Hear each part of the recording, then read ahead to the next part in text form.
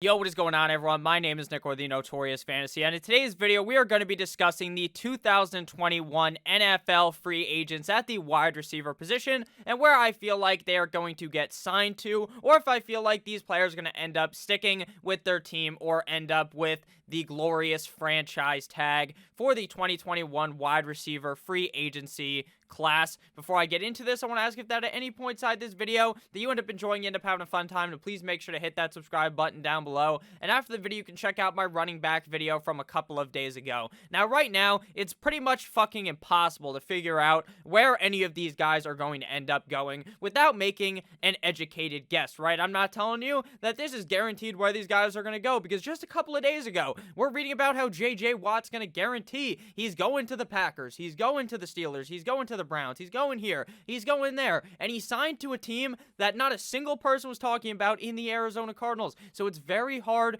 to assess what is going to happen. Kyle Van Noy gets cut yesterday. Seems like he's going to be a Dolphin for the next 4 years. Brian Flores has an opposite idea. So it's very hard to kind of figure out where guys are going to go, because teams are so confusing and they pretty much tell you nothing, and the players will say one thing and then a completely opposite thing will end up happening. So this is just going off of my assumptions again. So if you think I'm an idiot, you feel like, oh, this is completely wrong, let me know. I'd love to have comments and talk down below there about what happened, and if you guys have an opposite opinion to me, so please make sure to leave a comment as well. Also, there are going to be players I don't talk about. There's millions of wide receivers that are free agents, but I'm only telling you about the ones that I feel are relevant. So there might be a guy in your mind, you're like, hey, Nick, please talk about this guy.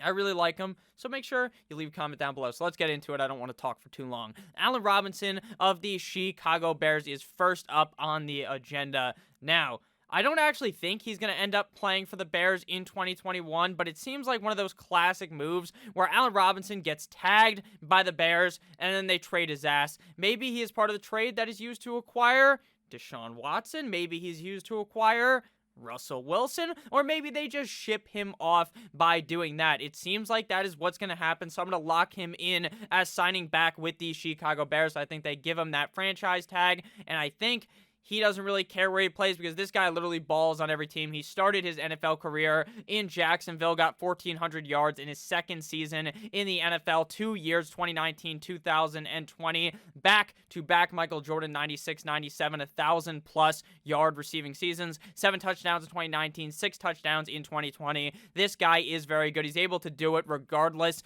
of the quarterback, because if you think about it, in Jacksonville, he did it with the boat Blake Bortles. He did it in Chicago with Kiss and Titties Mitchell Trubisky, did it for 9-inch Nick Foles, so he can really go anywhere. So I do think that he ends up signing back with the Chicago Bears via the franchise tag. I don't think he has a chance to do anything. I think they just tag him, and then I think he ends up getting traded potentially to the Houston Texans, maybe to the Seahawks, maybe goes to the Dolphins, like I hope as a Dolphins fan. Got Dan Marino in the background, got my Miami Dolphins thing that my girlfriend painted me, very nice. But I do really think that Allen Robinson is going to get screwed over here and get tagged up. Next guy up here, we got Marvin Jones of the Detroit Lions. Now, it has seemed clear since the end of the season that Marvin Jones just wants out of the Detroit Lions. And after Stafford got sent to LA to join the LA Rams, I would say there's about a 0% chance that he is back in a Detroit Lions uniform in 2021. I really think that Marvin Jones is a severely underrated player, and he fits very well on a Patriots team that, besides Edelman, does not really have any standout wide receivers. Sure, they have Jacoby Myers. Sure, they thought they had N'Keal Harry, but that guy was not the first-round talent they drafted him to be. He frankly just has not been that player. I think that Marvin Jones fits well in this system, and if Edelman is not good to go, which there are reports that Edelman might not be good to go for the start of the 2021 season, we could really see Marvin Jones have a tremendous year. And if they're looking to bring in a guy like Mac Jones, I'm not too sure he's going to play quarterback for the Patriots, but I do think that Marvin Jones would fit very well with Julian Edelman. Marvin Jones is getting up there in age. He is currently 30 years old. His birthday is in a couple of days, so happy pre-33rd birthday. 31st birthday to Mr. Marvin Jones. But he's honestly been a very underrated wide receiver, like I said earlier on. He's played for the Bengals and he's played for the Detroit Lions, and he's had 2 great years back-to-back, 779 receiving yards in 2019 in just 13 games, and then last year he had 978 yards total. The guy's just very underrated for a pretty solid player in Detroit, and I do really think that the Patriots are a good fit for Mr. Starvin Marvin Jones. Next up on the docket, we got Juju Smith-Schuster. Mr. Corvette, hop in the motherfucking jet like that. Juju wants to stay and be a Pittsburgh Steeler in 2021, but I think the Steelers are going to hit him with the Dikembe. No, and he's not going to end up being able to play there. Why is that? Because they have other good wide receivers. Chase Claypool emerged in 2020 in his rookie season, and Deontay Johnson, while he does kind of have issues catching the ball, which should be a big turnoff if you're a wide receiver that you can't catch the ball, but it doesn't seem to matter because if they're feeding Deontay Johnson, and he was dropping like 3 balls a game, didn't even matter. Because he'd take just one catch and go 7,000 yards down the field. So it didn't really seem to matter. So they have 2 good guys there. They still have James Washington. And it seems like there's no real need for Mr. Boo Smith-Schuster, who has been the opposite of he has had a very weird career, if I'm being completely honest with you, up to this point. And if Big Ben ends up staying like it seems like he is going to, they are down tremendous. The Steelers are when it comes to cap space. They really are put in a stranglehold here like they're in the WWE. The Raiders is the team I'm going to put him to because it seems like they need a guy to play with Ruggs, to be that true number 1 guy. We haven't seen Juju be able to do it in Pittsburgh yet. I mean, he was really good with Antonio Brown, then AB left, and then Juju kind of went downhill. Is he too worried about TikTok? I don't know. But the Las Vegas Raiders seems like he would play quite well in that system with Mr. Derek Carr. So I do like this landing spot a lot. If you think Juju has still some skill, which I'm kind of a bit on. Like, I don't think he's bad, right? His rookie year, 917 yards, 7 touchdowns. Plays great, right? Only really starts 7 games. Plays very good. Then the next year with Antonio Brown still, 166 targets, 111 receptions, 7 touchdowns, 1,400 yards. Then 2019 gets hurt, gets 552 yards, and then last year 831 yards, 9 touchdowns. He's still clearly a good player, but he's got to get his head in the game. Shout out to Troy Bolton, and I think Las Vegas is a very good landing spot for Mr. Juju Smith-Schuster. Next up on the docket is Chris Godwin of the Tampa Bay Buccaneers. Now, Chris Godwin has been in the NFL for a pretty long time, but it wasn't until 2019 that we really saw the emergence of Chris Godwin. His first 2 years in Tampa were pretty solid. 525 yards in his rookie season, 2018. We saw the potential for the 2019 blast-off where he got 842 yards and 7 touchdowns starting in just really 5 games. He wasn't really the main option there. Obviously, Mike Evans was. But then in 2019, him and Mike Evans were tag teaming defenses like they were going to town on Riley Reid. 1,300 receiving yards and 9 total touchdowns playing in 14 games. And then in 2020, plays in 12 games. Gets 7 touchdowns, 840 receiving yards.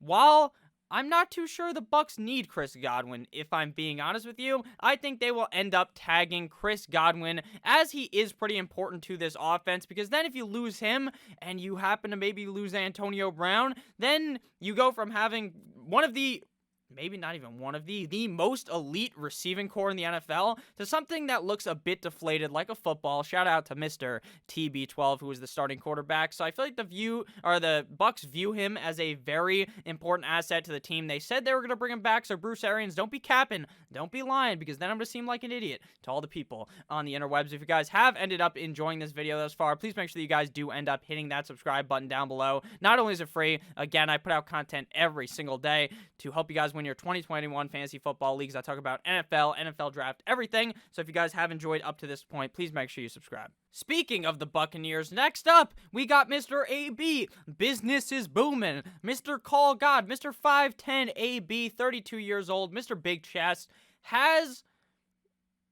is he back? I mean, didn't get arrested this year, so he probably is back. AB is one of the weirdest stories ever in the NFL. This guy seems like an idiot, but he went from being literally the best wide receiver in the NFL to having a complete and utter fallout in Las Vegas, to not being able to play with the correct helmet, to getting cold feet. Literally, he got like fucking frostbite, then goes to New England, plays one really good game, then he gets cut for something that I don't even honestly remember what happened. It was probably something bad knowing Antonio Brown. And then Tampa brings him back halfway through last season after he ends up being reinstated. The guy gets 62 targets, 45 receptions, 483 yards, and 4 touchdowns. Was important in that Super Bowl game, obviously, as he scored up against the Kansas City Chiefs. So, is AB officially back? I would say so. It is entirely possible that Antonio Brown ends up flinging I believe he was the guy who threw a mattress off the balcony of his house. He does all types of dumb shit, but I feel like he's back, but I don't think the Bucs necessarily bring him back, and I peg him. I don't want to be pegging him, you know what I'm saying? That's a funny thing there, but up against or to go to the Baltimore Ravens, okay? I think it is entirely possible that AB takes a smaller contract and stays with the Bucs to maybe win another Super Bowl, because I know for a fact that the Bucs believe in him, and they're probably not going to end up cutting him, hopefully as long as he does nothing wrong. But I love the opportunity, the narrative where he joins his little cousin, Hollywood Brown, in Baltimore. Lamar Jackson needs wide receivers like Tony Montana needs Coke to function, kind of like Jordan Belfort. The receivers there that are just dropping the fucking ball left and right are selling Lamar Jackson down the river. And even though I do not believe that Lamar is a great passer, when you have a quarterback that's throwing the ball, it's hitting these guys in the hands, you can't really completely blame Lamar for not being the most effective passer in the NFL. And again, while I feel like this may be just a wet dream scenario, and it kind of is, I definitely could see the opportunity for one of these wide receivers to find their way to Baltimore, because they really do need a wide receiver. And it'd be nice to see Hollywood and Antonio on the exact same team. Next up here, we got Kenny Golladay of the Detroit Lions. While I think Golladay wants out of the Detroit Lions, everyone does, it seems like, I feel like they're to keep him one more year and just tag his ass. Which is sad. As a Dolphins fan, I want Kenny Golladay, but I feel like he's going to end up getting tagged. He did not have all that great of a 2020 season, as he was injured and only played in 5 games, getting 338 yards, but his prior 2 seasons, playing 16 games and 13 games, had over 1,000 yards in each of those seasons and was a Pro Bowl wide receiver in 2019. So the skill set is obviously there, and I do think that Kenny Golladay gets a little bit screwed here as he gets tagged to the Lions after Mr. Matty Snapback is gone. Next up, we got T.Y. Hilton of the Indianapolis Colts. I feel as though they're not going to bring him back. I'm going to make him go to the Jets in this scenario. The Jets really need a guy that has the potential to be a wide receiver 1 on the team besides Denzel Mims. I understand they have Crowder, but Crowder's not really a wide receiver 1. He's just a flex. Like this is fantasy. He's like the slot receiver, and he's a great fantasy flex because he just gets 7 million targets, but it's a whole new regime in New York. Adam Gase is out. He's out. Sam Darnold, probably out, but this time he's not out with mono, just going to be fucking deleted from the team, get traded. And I don't think T.Y. Hilton's any good anymore, to be completely honest with you. But that won't stop the Jumbo Jets from bringing him back. I mean, T.Y. has just been on a downward spiral like the last couple of years. He just really hasn't been the old T.Y. Hilton. His last good season was in 2018, where he played 14 games, had 1,200 receiving yards, but since then, he has not gotten close to the 1,000-yard mark. In 2019, missed a couple of games, played in 10 games, got 68 targets, one off of being very nice, 45 receptions, 501 yards, 5 tugs, and then last year, played in 15 games, 93 targets, 56 receptions, 792 yards, and 5 touchdowns. It just really isn't the old T.Y. Hilton, where we saw him string 4 total years in a row from 2013 all the way until 2016 of being a 1,000-yard wide receiver. He's getting up there in age, and I understand it. I'm not saying that he's a terrible player, but I just don't think he's the T.Y. of before. So personally, if I'm the Colts, I'm not going to be bringing him back, and I think he'd be a fine fit there on the Jumbo Jets. Next up, we got Corey Davis. Now, if you guys have played fantasy football for the last couple of years, which a lot of you guys are here from that, you probably fucking despise Corey Davis, because Corey Davis was a failure coming into the NFL. This guy's a top end first round pick in the draft a couple of years ago when he was drafted, right? 5th overall in the 2017 draft, and this guy fucking sucked. He was so bad. His rookie year, he was all right. You didn't expect too much, 300 yards. Then his second year gets 891 yards. Then in 2019, a down spiral to 600 yards. Did have 69 targets, though. Very nice. I like. My name is Borat. So he played very good then, right? But then in 2020, he just fucking sent it directly to the moon, getting 984 yards, 5 touchdowns, 65 catches. He legitimately took over.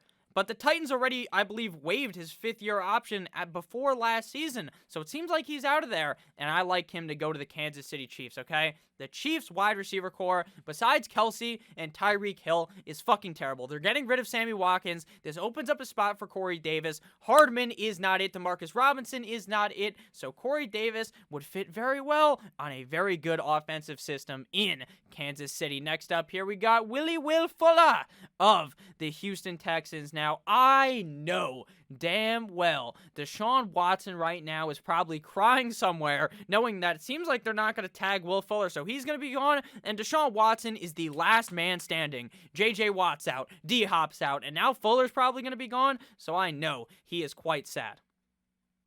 I just know it. So, the Dolphins. The Dolphins is where I like him to go. I'm a Dolphins fan. I don't love Will Fuller, but I think he's pretty good. The Dolphins just cut Kyle Van Noy yesterday, like I talked about off the rip of the video, I should say. So there might be freeing up room for a wide receiver named Will Fuller.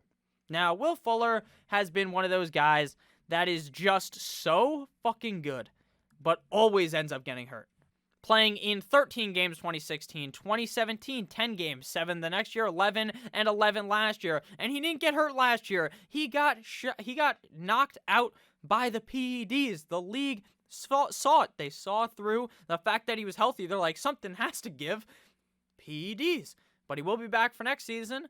And I'll be honest with you, what I saw last year, Will Fuller's fucking legit. 75 targets, 53 receptions, 879 receiving yards, and 8 touchdowns. He's doing this around a bunch of bums in Houston, and I understand maybe some of this is because Deshaun Watson is so good. It definitely is. I think Tua's in for a second-year real big breakout. Obviously, that's coming from a Dolphins fan, so, take it with a bit of salt, but at the end of the day, I really think he does play much better this year, and I think Will Fuller really helps him out, and I think the Dolphins are gunning for some wide receivers. Next up is A.J. Green of the Cincinnati Bengals. Just like with T.Y., I'm feeling he's pretty washed up, but I'm thinking A.J. Green might be... He's definitely way more washed up than T.Y. Hilton, if I'm being completely honest with you, but hey... It seems like in Washington, they might want to bring in a an older receiver, veteran wide receiver, to mold Terry McLaurin right. Terry McLaurin already has the potential to be like a top 10 guy in the NFL. But I'm thinking if A.J. Green grooms this guy up, gets him to be potentially a top 5 guy, that'd be amazing. And the Washington football team's other receivers besides Terry McLaurin fucking suck. So it wouldn't hurt to get a guy like A.J. Green on a discount because the guy's frankly so old and really not that good anymore.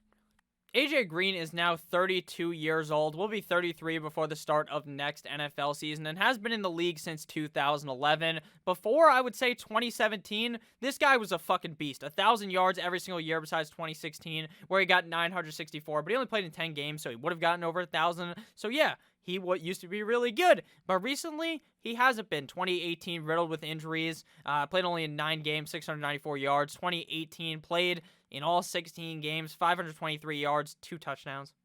On 104 targets, only caught 47 balls. And that's not because the bad quarterback play. Joe Burrow, at the beginning of the season, was hitting him right in the hands. And I'm thinking, in Joe Burrow's head, he's thinking, all right, I know who A.J. Green is. This guy's really good. I watched him growing up. I'm going to feed this motherfucker the ball. And he throws it to him, and it hits him in the hands, and he's dropping it. And Joe Burrow was probably pissed. He was probably mad. But at the end of the day, A.J. Green is not terrible yet, so I think Washington might fall on the arrow there and end up bringing him back. Or not back, really, because he's never been on the team. He's been a Bengal his whole life, so sad to see him go, obviously, as a football fan, because we all remember the old A.J. Green, who was genuinely one of the best wide receivers in the league. I'm just saying right now, I don't think he is. Next up here, we got Mr. Butterfingers, Nelson Aguilar. And just like with Corey Davis, this man came out of nowhere like an RKO from fucking Randy Orton, all right? And I'm not talking about no premature ejaculation, all right? You get it? Coming out of nowhere, premature ejaculation. Pretty funny joke there. Pat myself on the back for that one. But I feel like the Raiders might bring him back on a cheaper contract. He is pretty young, 27 years old. Now, Honestly, I thought he was younger than that, to be honest with you, so I kind of retract that statement. But he is 27 years old. At Philly, this guy's a fucking dumpster fire. Everyone expected him to be good. He's dropping passes left and right. Some fan literally caught a baby out of this apartment. This woman threw her baby off, obviously, because the house was on fire. My house is on fire. Yeet, out the window. Fucking guy catches it and he goes, you want to know who couldn't have done that? Nelson Aguilar. That might be the funniest video I've ever seen because of how funny it was, because of how true it was. At the time, Nelson Aguilar couldn't catch the common cold. All right, I'm surprised he didn't catch Rona, but it's because he went to Las Vegas, and in Las Vegas, you can catch anything. You know what I'm saying? Motherfucker had 16 games, 82 targets, 48 receptions, 896 yards, career best, 8 touchdowns, career best. I hope he stays in Las Vegas. And I think Nelson Aguilar has done a complete turn on his NFL career and went from buns to pretty solid. And final guy up here, we got Dez Bryant, Baltimore Raven, formerly of the Dallas Cowboys. Did Dez catch it? Who knows? But I certainly know that Dez did not catch Rona this season after they tugged him out of the game. They gave him a good old tug right out of the game like 5 minutes before it started, right? And then it turns out he doesn't even have corona. He's on Twitter. He's like, I'm fucking retiring. Now he's on Twitter saying, I want out of Baltimore. What did the Ravens do to you, man? Just stay there. Come on. Like, how many games did he play? He played 6 games? Had 6 catches, 47 yards, 2 touchdowns. Like, he's not great anymore. He's not terrible. Just stay there. But you know what the Saints love to do? They love washed wide receivers. Where was Dez before Baltimore? He was on the Saints technically, but they didn't end up signing him. It was like they were going to bring him in. So I think he goes to the Saints because the Saints love old, washed wide receivers. Thank you guys all so much for watching this video. If you did end up enjoying again, please make sure you hit that subscribe button down below. I love you all. Have a great rest of your guys' day. Goodbye. I love you all. Goodbye.